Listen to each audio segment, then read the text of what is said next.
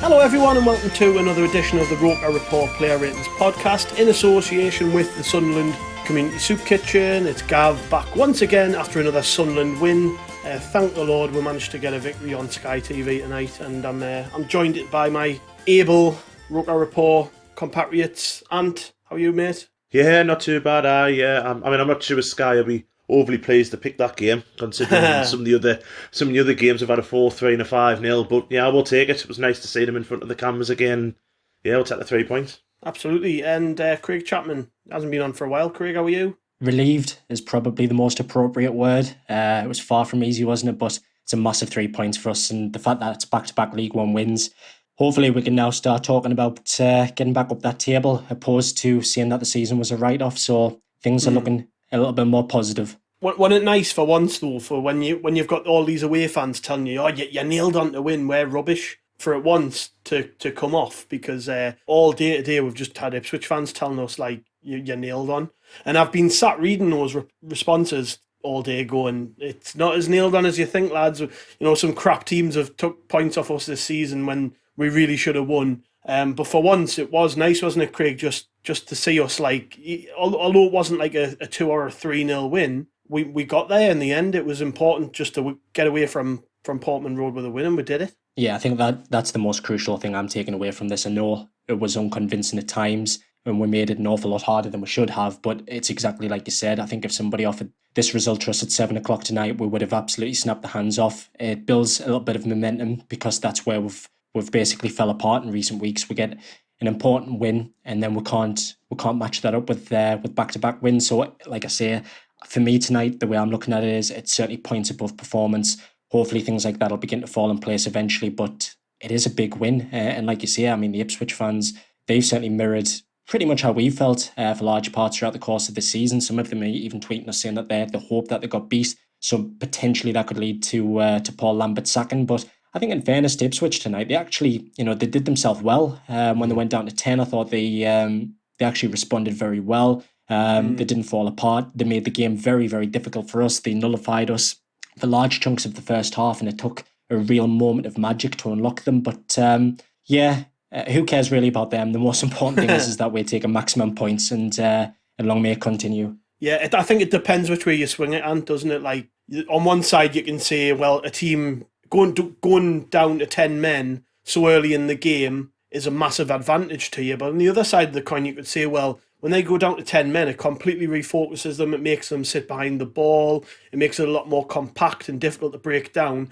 And I actually think that's what the case was tonight. I think Ipswich, as Craig says they weren't too bad. And I think probably that red card early doors for them helped them in a sense, because although they had one less player, it just made them become a lot more focused and rigid, and we had to do a lot more work, I think, than we might have thought we would have had done before the game, to sort of pull them apart. And like Craig says, it was a fantastic goal that sort of separated the teams tonight, and I suppose in that sense it's credit to the players, isn't it, for just getting the job done.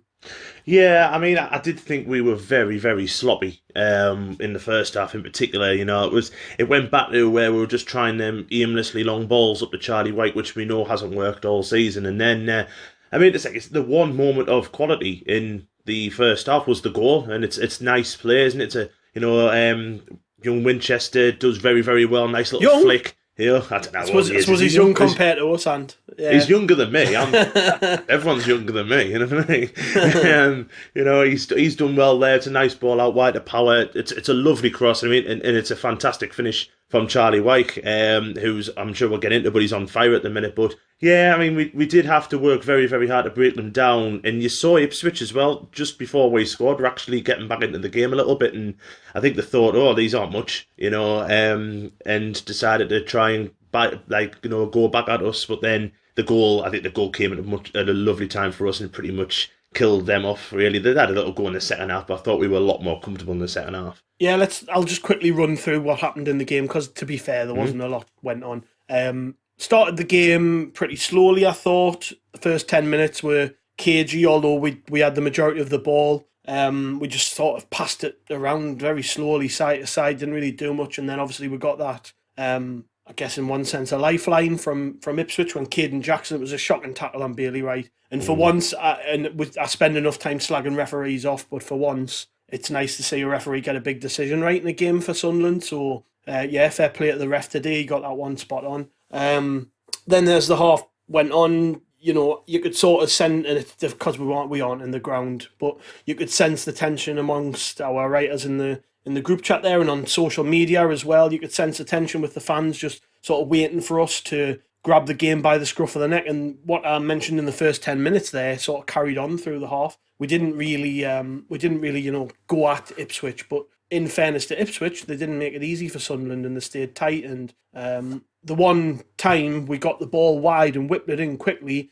this might be credit to Lee Johnson, but we're getting the balls into the right areas for the striker. And Charlie Wyke, once again, first time finish. I mean, I've been one of his biggest critics, but you've got to give the lad credit because when he's getting these 1 or 2 opportunities a game, he seems to be putting them in the back of the net. So to go into half-time 1-0 up was massive because it was the perfect time to score the goal. It meant that Ipswich had to go in at half-time, thinking they might have been all right. A couple of minutes before half-time, the world's turned upside down. I imagine Lambert went absolutely mental with his players in the dressing room. And Lee Johnson will have probably just said to his, stay calm. You're in control. You've got more players now. We're ahead. Let's keep it as it is, and that's why we came out at half time. Obviously, I thought we'll get onto this, but I thought it was a great bit of management from Johnson when he brought Winchester off, just because there was no real need to keep him on. I thought he did a canny half, but when a player goes down to 10 men, when a team goes down to 10 men, and you've got a player like Winchester who's on a yellow, you know for a fact that their players are going to try their best to get in the ref's ear and get him sent off the first opportunity, and it wasn't even worth taking the risk. But as the half progressed, we carried on. I actually thought the start of the second half we were pretty busy and we moved the ball a bit quicker. And then when Embleton came on at half time, I just felt that we moved the ball better in the final third. All right, we didn't create a great deal, but he was important to that. I think his two-footedness and his ability, in the final third, made us look a little bit sharper, something we didn't have in the first half. But ultimately, it was a pretty boring game. In all fairness, we didn't, we weren't fantastic, but it's 3 points on the road, and we've got to be happy with that. So I'm going to swing over to the 3-word review that we've thrown out on Twitter. I think we've had about 150 replies. There's no way I'm getting through all of these. So I'm just going to read out a selection of these and we'll reflect on them. Adam Guest says Ipswich were awful. Sunderland Pakistan says the 3 points. Michael Cowell, shit short corners. Cameron Johnson, consecutive wins, Hawaii. Warren Ridley even, says Super Charlie Wyke. Our Phil says Charlie Wyke legend. Brownie says painful but won. Golf Cart Wyke says Jordan White. I'm not going to read that. John Ridley, I think this is a good one. A results business. Tom, disciplined second half. Adam Guest, scouring a menace. Keith Cowden, take the points. Dazzler needs some pace. Phil Rogers says Catamole uses notes. Yeah, if anyone who didn't watch the Sky coverage of the game, Lee Catamole was in the studio and I don't think he looked up once. He was just staring at a piece of paper the whole time. First time Lee Catamole's probably ever been nervous in his life. And most importantly, JA5_, he says wins a win. Craig, so pretty mixed bag there with the 3-word reviews, but I think people more importantly are just seeing this for what it is. It's just a win on the board. 3 points puts us closer to the top 6, doesn't it? Yeah, like I say, that's the most important thing for me tonight, and the fact that it's something to build on now, going away to a side where typically they would end their bad run of form against us, hence the reason why there was so much kind of unease, I think, amongst the supporters prior to kick-off tonight. It's like you say, ultimately it was an uninspiring performance, but that being said, if you come away from a team who you are expected to be competing against promotion with and you beat them, you've got a clean sheet, that's good enough for me this evening. Like I say, it's one of those old tired cliches, isn't it, when a team goes down to 10 men, that they're much more difficult to play against. But there was, I think, maybe elements of good pastures of play tonight. Like you say, when we came out in the second half, there was a bit of a spring in the step. The concern, I think, that would certainly be highlighted by me is we don't seem to capitalise that much on the good opportunities that we are creating.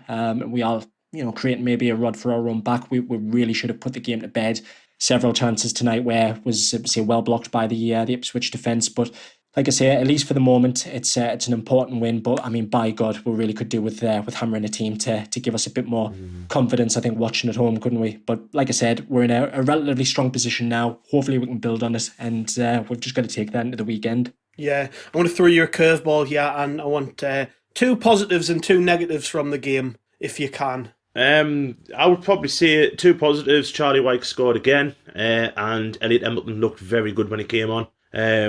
2 negatives, again, too slow, and no one else seems to be able to get any goals for us. I mean, our last 5 league goals now, I'm very confident Charlie Wyke's got them all. So someone's got to step up now, don't they? You know, we keep on, you know, as much as Charlie Wyke has his terrible games, you know, because he's not a very good footballer, he's putting the ball in the back of the net. Now, when he has, you look at Plymouth last week, where he was awful, but there was nobody else who was capable of trying to at least get on the end of the ball, you know. And I think Ian O'Brien got a header, which was a nice header, but he needs to step up and score more goals, and the midfield needs to, you know, step up and score more goals. Like, you know, Josh Scowen needs to, you know, get a couple in. I would say. But I think the way the team's playing, though, do you not think it's like Johnson's trying to get them to play a certain way, and we seem definitely just to be set up to get the ball into Wyke as much as we can, don't we? And the other problem, and you've just mentioned him there, Scowen. I mean, some of the long-range shooting's been shocking from him recently. I don't want to slag him too much, like, 'cause I actually think he had a canny game today, but I do agree with you, actually. I think it would be nice for us to share the goals around a bit more. There was a point in that second half where Embleton got the ball and took his man and went to drill it across the box, and there was Wyke in the box, and it came out as well, and just needed one of the midfielders to push forward, and there would have probably been, you know, a shot on goal. So it needs just to be, you know, a little bit more advanced for me. But, you know, I'm not going to complain about winning 1-0. So yeah. But it would be nice to be a little bit more clinical, wouldn't it? Craig, go on then. I'm going to throw at you the same then. 2 positives, 2 negatives. See if you can do something a bit different. And I think as a negative, we do lack a bit of imagination in front of goal. I think tonight, where the conditions were worsening, you would have expected us to maybe stop launching balls towards Wyke, because the ball was just zipping off the surface at times. And I think it's no coincidence that when we did eventually stretch the game and get the ball into his feet, that, you know, he takes the first opportunity and scores. So I think with that in mind, if we can, you know, maybe look to exploit teams in the manner that we eventually did, then obviously we can turn that negative into a positive. Again, maybe we're kind of clutching really a little if I'm getting into it a bit too much, but I probably am referring back to what Anne said. Again, it's not taking those chances. I mean, God forbid if Charlie Wyke gets injured, who puts the ball in the back of the net? Because there was a few times tonight, not even Josh Scowen, but Aidan McGeady had a really wayward shot. I think Grant Ledbetter's had a few efforts as well. We do look indecisive at times, and I mean, if I was a footballer on that surface tonight, knowing how to spraying around on a wet surface, you'd be trying to look from anywhere, and you don't mind, you know, if say 9 or 10 go wide, providing the next one goes in. But I think we've got to just back ourselves a little bit more, rather than, you know, kind of pissing around really on the edge of the area. Just really sort of back ourselves to give it a go, because, you know, one of them inevitably is going to fly in the back of the net. On the positives, I would say perhaps maybe Lee Burge. There was the suspect catch maybe outside the area, which looked a little dubious on the first chance, but although he had a quiet night when he was called into action, I thought he was really, really calm and comfortable. And I think as well as another positive, when Dion Sanderson, when he came on in place of Bailey Wright, he just fit in very, very well straight away. And there's been a few calls now for people to say, like, why on earth is he not starting? And God forbid, I mean, he looks really, really good. If they were to recall him this month, I think we would be left short. But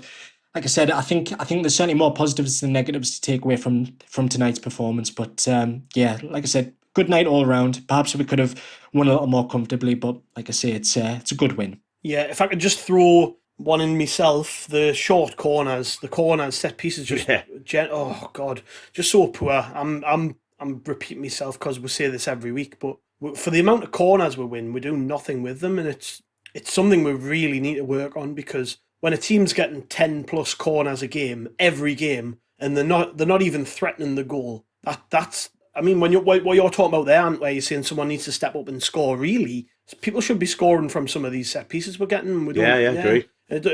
When was the last time? When was the last time in a league game? I think somebody said in the Villa 23s game, but I mean, that doesn't count. So in a league game, I cannot remember. I really can't.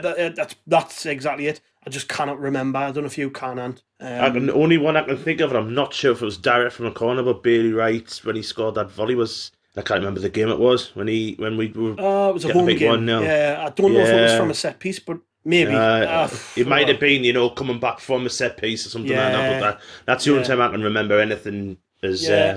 Connor's normally good for this, and his memory's really good, but I can never remember them. They all just go into one. Well, I've just been scrolling the 3-word reviews, and it's pretty common in there. A lot of people are fuming about the short corners. If I'm going to add a positive in, I would say Aidan O'Brien, just another consistent performance from him. I actually think one of the big positives since Johnson came in has been O'Brien's introduction into the team and playing alongside Charlie Wyke. And perhaps you could attribute some of Wyke's form to the fact that he's just got a really good foil there. I think he's not a spectacular player. He's not going to score you many goals, but he runs a lot. He links up the play. His movement's really good, which obviously distracts the defenders from perhaps what Wyke's doing. And I just thought he gave another good performance tonight. I think that was one thing I've noticed from just gauging the opinion of other people on Twitter and in our group chat and what have you. I think a lot of people think O'Brien did okay tonight. And I think he deserves credit. He's just low-key sort of, becoming a very important first-team player, which before that, I think it was the Port Vale game, I was actually ready to get rid of him. I think most people were. Yeah. And then he scored in that game and he hasn't looked back. He's been all right since. Okay, so there's not really much else to cover on the game, so we'll go straight into the player ratings. And we'll kick it off with Lee Burjan. I'll give him to you. How do you think the goalie did today? Yeah, echoing what Craig said, I thought he did everything, which wasn't much, but he did it very well. He made a really good save near the end when they got through. It was a comfortable enough save, but he did well to kind of get it away from danger. Yeah. And then right at the end, he took, it's a pretty much, a clean cross he took, but then he got taken out as well. Right at the end, he got taken out, and he dealt with that really well as well. So I've given him a nice solid 6 to start him off with. Yeah, I feel like I give Lee Burgess 6 every time I do this, so we'll not change that. Another clean sheet for him as well, and I think his play out from the back tonight with virtually no pressure from the Ipswich forward line was good. He had all the time in the world, as the defence did, to sort of play out from the back, and I thought he did well. And you've got to give your keeper credit when he gets clean sheets. I think there was a point a couple of months ago where we were sort of questioning his place in the team. Should we bring Patterson in? I think since around that time he's been pretty solid. And there was one hairy moment where Sanderson hoofed it back to him. Probably the only thing Sanderson did wrong, really. And Burge scrambled across his line but received the ball very comfortably and sort of played it. He didn't make a big deal out of it. And there was another moment actually where towards the end of the game, he sort of caught it just before it was about to cross the line into open play. And their players have all appealed for a handle outside the area, but he was quick to get into that position and catch the ball. A pretty solid performance from Burge today. I'll go for McFadzean. I think I've been maybe a bit kind to him here,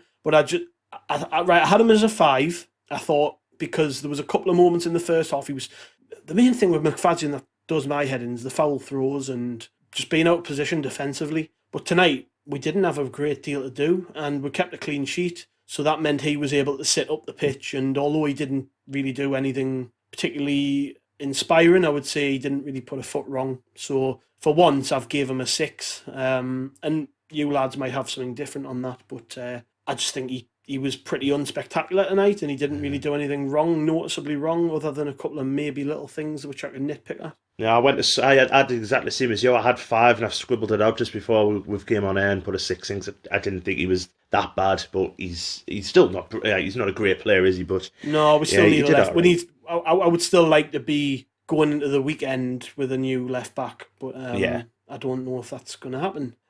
Craig, Bailey Wright, he went off injured. Yeah, it's a bit of a funny one, really, because I think he lost concentration on a few occasions, but I think obviously he was very unsettled from the immediate kind of challenge on him, 10 minutes in or so. And he was lucky to get up from that because it was absolutely horrendous. Some mixture, really, of some half-decent long-range passes. And like I said at the top of the pod, I think where we were slightly guilty and wasteful in possession was when we were spraying the ball around too much and it was zipping off the surface, and Bailey Wright was guilty of that as well.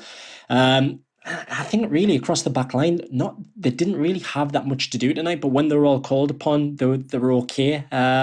So again, I mean, I don't feel like it goes as high as a 6. Obviously, you just hope that he'd be okay, he'll be all right. Maybe it was just a precaution him coming off in that golf buggy towards the end. But yeah, I don't think I could go higher than a 6. But that's not a reflection on maybe a poor game. I just think, like I said, it's just a very generic performance, what you perhaps come to expect. But you know, we can't really ask for much more than that, I think.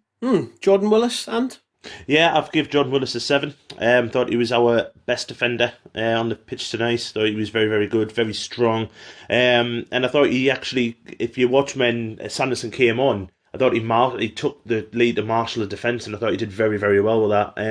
You know, Ipswich brought a different kind of striker on, didn't him, in the second half, who caused a little bit of problems early on when he came on, but Willis quickly got to deal with him, and a little bit unfortunate not to get a goal at the start of the second half. I thought he sort of diverted his foot quite well, but it didn't go in. But yeah, I thought he was very, very solid. It's nice to see him after last week. Nice to see him get 90 minutes under his belt, and he looks strong. So that can only be good for us. Yeah, I'm taking Max Power, and I've given him a 7. I thought his assist for the goal was fantastic, and he really seems to be growing into a decent right back. I just like how he sort of knows his limitations, and he doesn't try and beat people for pace and cross it. He sort of crosses it early, but he puts, most importantly, whether it's early or he's taking it down the byline or he's coming inside to cross it, when he's crossing the ball, he's putting it into dangerous areas. And I actually think his passing's been better as a right back than it has as a central midfield player. Yeah, definitely. Even when he's not trying to get the ball to Charlie Wyke, he's even just in the middle of the pitch playing 1-2s with people. When we're trying to work the ball wide, he's passing a lot quicker. He just seems very comfortable there, and I've got to be fair to him and say, played well tonight. So yeah, I gave him a 7. I think considering he's not blessed with much pace, he does get forward well, especially if you look for that goal. I mean, for Max Power, I mean, typically, as you say, his passing sometimes in midfield can be a little long, a little wayward, but since he's been, kind of clutching onto the wing and dragging defenders wide, he really is creating like an absolute nightmare for people to defend against, and it's an excellent option, especially if you think we've got like Conor McLaughlin to come back, we've got Luke O'Nien, who I don't think will feature at right back again. So it's really now, if you look at it, it's definitely Max Power's position. Josh Scone then, Craig. Interesting one, because I think he had said that somebody had noted in the 3-word review that somebody said he was, kind of like hassling and hurrying at people. I agree. I think it was probably one of his better performances of late. He comes in for an awful lot of criticism, and I think that maybe is attributed to his, poor decision making at times. He gave the ball away on a few occasions tonight, but he was quite tireless. He never stopped running. He showed for the ball an awful lot. I just went with a standard 6, but like I said, again, it wasn't too much to write home about, but it certainly wasn't as bad as some people have made out. So if we can see a performance like that every week and come away with points, then, we'll all take it. Yeah, I went one higher. I've given him a 7, and just looking on the site as well, Jimmy gave him a 5. So where did you land, And? I right slap bang in the middle with a 6. You know what? He nearly got a 7. I thought his defensive work tonight was excellent for us. Yeah, he's relentless at times. Yeah. I actually think the best bit of defending in the game came from him. I noted it on Twitter. I watched him. It was about 15, 20 minutes from the end of the game. He tracked the man probably 3/4 the length of the pitch, and he was basically at centre half, and he got round the back of him, nicked the ball, and passed it out. And it was just like really, I love to see that from midfield players, just tracking back and working hard and winning the ball, intercepting. And he'd done that a number of times across the game. Actually, I thought I think his last 2 performances have been a big improvement on probably his performances across the season. He's deservedly came in for a lot of stick, but yeah, I gave him a 7. Like I say though, it's been a mixed bag, because in Jimmy's ratings on the site, he gave him a 5. He said, like Sunderland's other central midfielders, there was just too much bad passing. Maybe might be harsh, might be fair, you don't know. But yeah, I thought you did okay. Grant Ledbetter, I think that's you, Ant. Yeah, I've gone with a 5 actually for Grant. I think the bother is with him because look, he's 35 years of age now. He's going to struggle to see 90 minutes out every game. But I would probably be tempted not to play him in midweek games, because I just don't think his legs can do it for 2 games in 3 days. It's hard on the body. It's hard on anybody's body, never mind a 35-year-old lad. And to credit to Grant, he keeps himself naturally fit. But I just think that tonight he was slow. His passing wasn't as good as what it usually is. I thought the Ipswich midfielders were just cruising past him, to be honest. I thought that young Dozell, who was of Ipswich, I thought he was really, really good tonight. I wouldn't mind Sunderland going in for him, to be honest, but I thought he kind of outshone Leadbitter a little bit tonight. And yeah, I would probably in future be looking maybe to play Winchester scored and then bring somebody in. And maybe just let Grant do the Saturday games or vice versa or whatever. But I just think it's too much to ask from him at the minute. Yeah. So he's got a 5 anyway. You called Dozell young, so I had to check that he is actually young, and you'll be happy to know he is. He's 21. Just making sure. Did you hear on Johnson's interview before the game, he called Charlie Wyke a kid? So, I suppose comparatively he probably is a kid, but yeah, I had to make sure Dozell was actually quite young, and you'll be happy to know he is. Next up is Winchester, that's me. So I've gave him a 6, and I think he's probably the most contentious of all the players tonight. A lot of people were slagging him off when I checked Twitter at half time, but I actually thought he had a good half. Thought pretty solid. What I like about him is when he gets the ball, he moves it very quickly. What I don't like about him is that when it comes to tackling, he's rash. It's not the first time. He's only played a handful of games, but it's not the first time he's dove in and gave away a stupid foul. And he was rightly booked for it. And like I said earlier in the show, I think Johnson made the right decision in bringing him off. It's not a reflection on his performance that he came off, because I don't think he played so badly that the manager had to make a sub at half time. It's nothing to do with that. I think Johnson's just recognised that if he sends Winchester back out there with a yellow card, knowing the way he plays as well, although he's managed him before, he knows he might know he's not a great tackler. Then he knows that Ipswich, as soon as he dives in and gives a foul away, they're going to be round the referee. They're going to be trying to level the teams up, make it 10v10 again. So he brought him off. So yeah, I give him a 6. I don't know if anybody disagrees with that, but I noticed on Twitter, like I say, there were a lot of people who weren't impressed with him at all, but I thought his flick for the goal was the difference in that goal. Like, obviously it was a great finish by Wyke, brilliant cross by Power, but the whole move doesn't happen if he doesn't move the ball as quickly as he does. So I think he deserves a bit of credit. Yeah, I'm sorry, and I'm fully in agreement that the touch in the build-up for the goal I thought was absolutely brilliant. Just touching on the disciplinary side of things, I mean, yeah, he was basically a walking target, so I thought it was the right decision to haul him off. I think some of his kind of like his early disciplinary issues, if you like, because there's been, I think, maybe 2 or 3 bookings now. It's very reminiscent of Power's early days. He seems like a very sort of excitable midfielder who's just looking to make an impression immediately. And I think what he'll probably benefit from is somebody to maybe put the arm around him and say, like, look, maybe you don't need to make that challenge that you have. But I think that's maybe him just trying to put a stamp on the game. I think beyond that, he didn't really get involved that much.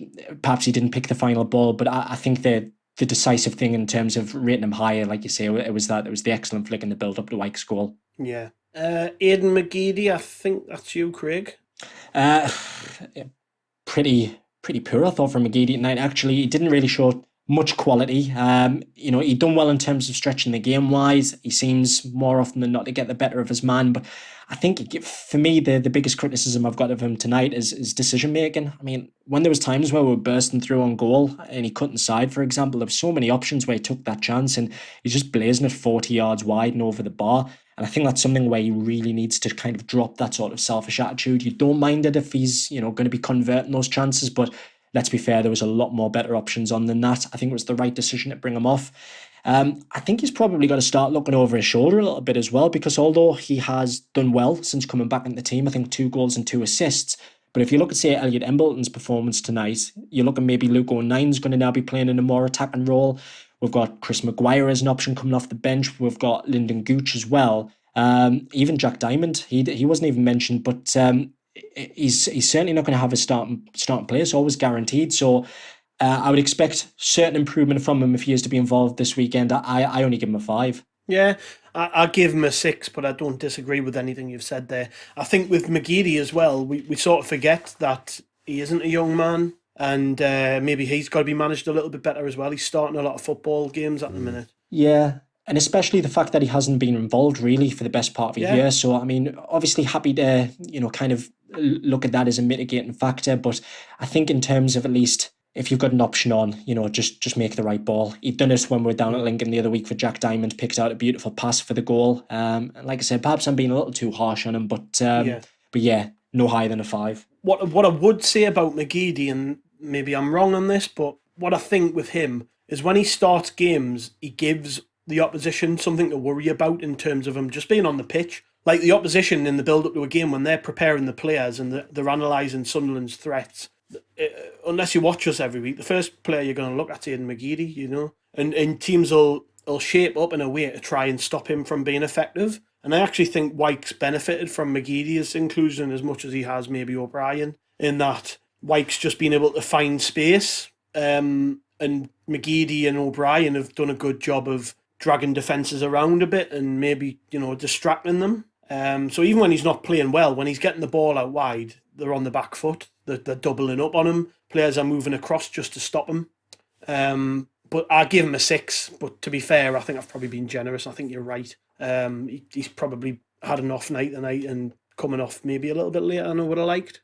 Charlie Wyke, that's yours. He's the goal scorer once again tonight. Yeah, you know what? I've given him a 7. He nearly got an 8, to be honest. I actually thought his hold-up play tonight was probably the best we've seen. Agreed, from him, especially this season, you know, because normally everything bounces off and goes 10 yards away and he makes a foul. He didn't really give away that many silly fouls, and he brought a lot of fouls on him, didn't he? I mean, that one right at the end, I think Don Goodman on the it was analysing the game. He said it's all just Charlie Wyke. It's all just Charlie Wyke. He just banged into somebody, drew the foul out, and it was really good. It was actually clever, you know, and we will go on about the finish. It was a very, very good finish. You know, it's a good ball, but that needs putting away, and you know, he's just flying, and it's really nice to see because you know we have on here and everywhere given him a lot of stick, but he's banging 15 goals a season in now, so it's really, really nice to see. And yeah, but on tonight, like I say, his hold-up play was excellent. His build-up play was very good. Him and O'Brien, I agree with you. I think are very, very good together. And it can only be good for us. You know, I just hope he continues it. I just really hope he goes into Saturday and gets another one, and not just has like a night against like what happened against Plymouth. Yeah, just really, really want him to kick on now. Somebody's just sent us a tweet tonight, which is interesting. Josh Madja in the 18-19 season, 30 games. 16 goals, 2 assists. Charlie Wyke in this season, 27 games, 15 goals, 2 assists. So, you know, his record's what that means, don't you? Similar. He's going to Bordeaux. You know what that means? He's going to Bordeaux. Yeah. Stuart Donald is selling him at the first opportunity. Do you not think as well? I mean, I don't want to I'm not comparing Josh Madja with Charlie Wyke, but Josh Madja was getting them goals probably in a better team as well. So, you know, I just think it just really does. You've got to give credit where credit's due, you know, and you know, there is going to be some people on our podcast team who'll be like, oh, and you know, giving Charlie Wyke praise again, but you've got to give it when it's due, you know. I'll criticise him when criticism's due, but on tonight, excellent performance, really good strikers performance, actually. Do you think it's reasonable to say, though, and do you think it's reasonable to say that we're now seeing the best of them because we've actually worked out that we can't play long term from deep? All of these big balls up. I mean, let's be fair, as you've already mentioned, as Gav's mentioned, if you've got players around him, if you've got McGeady drawing people out wide, if you've got Aidan O'Brien in there as well, being effective, then it gives us an opportunity to be as high up the pitch as a collective. And then as we've seen tonight and as we've seen on Saturday, we've fed him with two quality bits of service there. Saturday's goal was Niall Quinn-esque. That's how good that was. And tonight again... No, it wasn't. It was a fluke, Craig. It was a fluke. Oh, sorry, apologies for that one. I don't want to be upsetting people. But even tonight, I mean, what a finish that was. If you've seen somebody like Harry Kane turn that in on Match of the Day, they'd be talking about it for the rest of the weekend. And I think, like I said, now we're seeing the best of him. I mean, granted, obviously it was your rating, but for me, he was comfortably the man of the match tonight. He was backing in at people. He was throwing his body around. He's very, very clever. And that's where he's been a little bit lacklustre in his recent seasons. But he's now, in my opinion, actually shown what he can deliver because we're actually playing to his strengths. It's like the pennies finally dropped. Certainly. But I mean, he's not just scoring tap-ins either, is he? Like, he's not just scoring tap-ins. Like you've just said there, that goal on Saturday was, you know, we've had jokes about it, haven't we? But it was a great goal. Tonight was a great goal. Wimbledon, he's 3 very good finish. The first one was terrible. The second 2, the off the corner and the chip through when he chipped it over the goalkeeper, are both excellent finishes. So he's proven now he's got a bit of confidence. He's got a bit of confidence on his back now. It can only get better for him, you know. And he will be, come the end of the season, if he keeps this form up, he'll be the top scorer. So you can't really give him any doubts at the moment. No, I You think know. I think that comparison to Madja's record is it's sort of brought it home to me just how well he's done this season. I didn't realise he'd done that well until you see it written down. You think about how well Madja done that season, became such a massive player in that team, and we felt his loss when he left that January. Wyke's become that important to us this season, I guess, in terms of his performance in front of goal, and with Grigg and Graham looking likely maybe to leave before the end of the transfer window, it would be nice to get somebody in to help share the burden with him and O'Brien up top. But yeah, I agree with you, Craig. Comfortably man the match tonight. I know we'll get on to the man the match, but yeah. Last but not least, in the starters is Aidan O'Brien. I give him a 7. Not bang on too much. I've already explained how well I thought he played tonight. But yeah, I'm just glad he's starting to hold down a place in the team. Craig, I'll let you quickly bang through the final 4, then the subs. Go on. We'll not distract you because we're running on a bit. So go on. Embleton 7. I thought he was really good when he came on, very direct, as I think everybody says. Yeah. We love that he's 2-footed. He's very clever with his movement. Probably deserved a goal maybe for all of his hard work. Sanderson, again, very impressive. 7 out of 10. Looks a class above this level. If it is the case that we get promoted, even if we don't, I'd certainly like to see him extend his stay here. We'll not be able to buy him permanently because there is every chance he'll be a Premier League regular in a couple of years from now. Gooch and 09, probably unfair to maybe give them anything because I just don't feel like they had that much time to make an impact. Luke 09 was maybe a little bit clever, sort of throwing himself around. He's, for a nice guy, Luke 09, I think he's very clever. He's a little bit of a shithouse, isn't he, the way he tries to rile people up. In Gooch, where he was chasing down like a lost cause in the last 5 minutes or so. So yeah, I think it was pretty much a good round performances from all the substitutes tonight. And what I was pleased about is I think they were all used at the right time. Perhaps McGeady could have come off a little bit earlier. Yeah. But beyond that, I think they're all done well. It killed the game at the right times. So yeah. Me and Craig both said Charlie Wyke were our man the match tonight, and was he yours? Yeah, without going on about him too much, he was my man of the match, yes. I thought Jordan Willis was very good, but the match winner was Charlie Wyke, and he deserves the man of the match for me. Absolutely. And finally, the manager, I've given him an 8. I think he was bold with his team selection. He went a little bit more defensive. He tried to match Ipswich up. And obviously the plan went out the window when they got a man sent off early doors. So nice to see him make a couple of positive changes once again off the bench. If you look at all 4 of those subs, they're all... obviously Sanderson was enforced, but Embleton, Gooch and 09 are all positive changes. So I thought we managed the game well. He did very well in bringing Winchester off when he did. I thought that was good management. And he continues to have us playing in a way that gets the best out of the striker. So, yeah, he gets a nice, comfortable 8 out of 10 from me. And? Yeah, I'll give him an 8 as well, pretty much for what you've said, and the fact that we've got a very, very good 3 points against, I know Ipswich, we've said it all about Ipswich, but, they're a team who are promotion candidates at the start of the season, so to go and win their way from home, keep a clean sheet, you can't give him any less than an 8, can you? Yeah. It's fantastic. Craig? Full house, 8 out of 10. Yeah.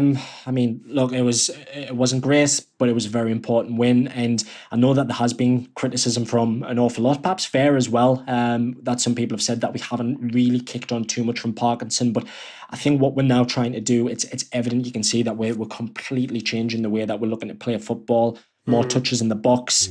And I think the biggest takeaway from me is that a Sunderland team really in this division should never be outworked by anybody.